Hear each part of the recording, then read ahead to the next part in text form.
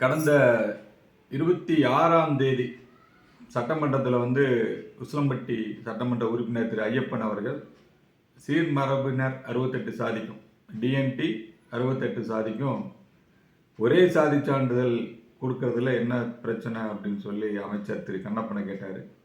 அமைச்சர் கண்ணப்பன் அவர்கள் இல்லை, அதுக்கான அதிகாரிகளுக்கு உத்தரவு போட்டிருக்கோம், நீங்கள் வாங்கிக்கலாம்னு சொல்லியிருக்காரு.